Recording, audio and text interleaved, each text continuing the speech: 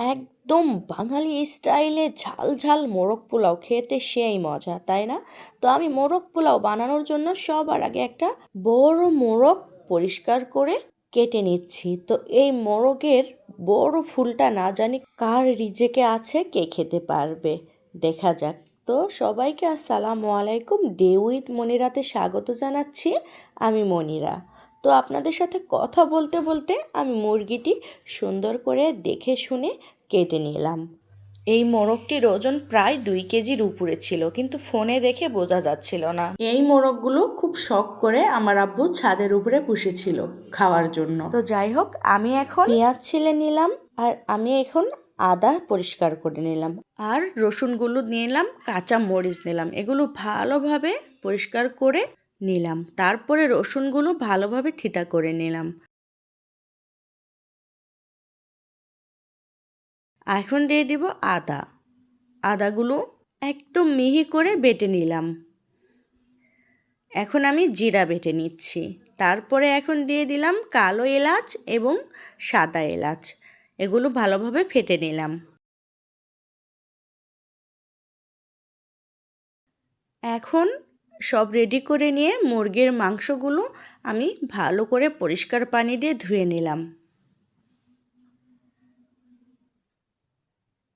এখন নিয়েছি পোলাও আতপ চাল। আমি এখন চালগুলো ধুয়ে নিচ্ছি।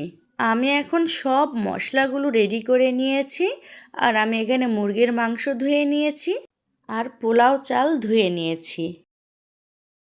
এখন আমি চুলায় কড়াই বসিয়ে দিলাম আর খাঁটি সরিষার তেল দিয়ে দিলাম। তেল গরম হয়ে এসেছে, এখন দিয়ে দিলাম পেঁয়াজ কুচি। এখন ভালোভাবে নেড়ে চেড়ে নিয়ে ব্রাউন কালার করে ভেজে নিলাম। তারপরে মুরগির মাংস দিয়ে দিলাম। এখন সাদা কালো এলাচ, থেঁতা করা রসুন এবং জিরা বাটা, আদা বাটা, কাঁচামরিচ দিয়ে দিলাম। এখন দিয়ে দিব পরিমাণ মতো লবণ। তারপরে দিয়ে দিব হলুদের গুঁড়া এবং শুকনা মরিচ, তারপরে সামান্য পরিমাণে মরিচের গুঁড়া। ভালোভাবে নেড়ে চেড়ে নিচ্ছি। এখন দিয়ে দিব তেজপাতা, তারপরে দিয়ে দিলাম দারুচিনি। এখন আমি ভালোভাবে নেড়ে চেড়ে নিচ্ছি, আর মাংসের ভিতর থেকে পানি বের হচ্ছে। আমি এখন মাংসটি ভালোভাবে কষিয়ে নিয়ে সামান্য পরিমাণে গরম পানি দিয়ে দিলাম আবারও কষানোর জন্য। আমি এখন নেড়ে চেড়ে নিয়ে ঢেকে দিচ্ছি।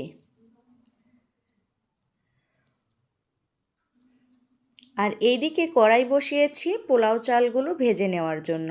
তো পোলাও চালগুলো আমি ভেজে নিচ্ছিলাম।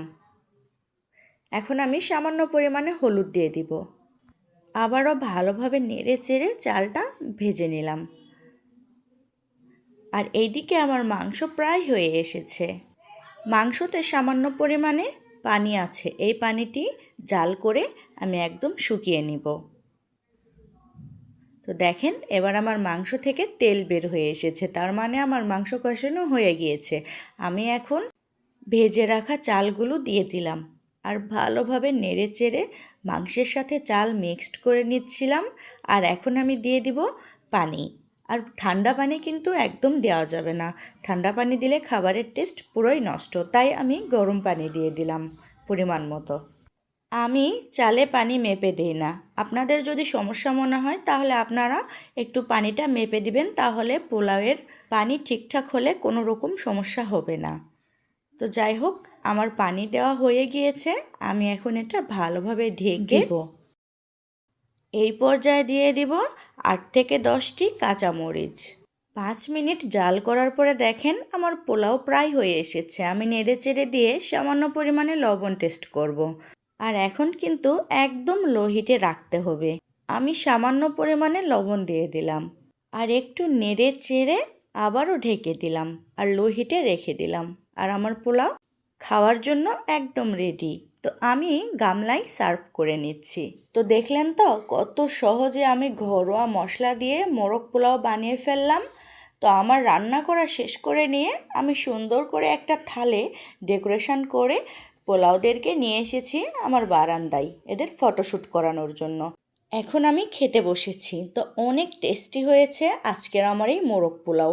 আমার এই ভিডিওটি দেখে কিন্তু আপনারা খুব সহজেই ঘরে বসিয়ে বানিয়ে খেতে পারেন মোরগ পোলাও। আজকের মতো বিদায় নিচ্ছি, দেখা হবে অন্য কোনো ভিডিওতে। আজকের ভিডিও ভালো লাগলে অবশ্যই ফলো এবং সাবস্ক্রাইব করে পাশে থাকবেন। সবাই ভালো থাকবেন। আল্লাহ হাফেজ।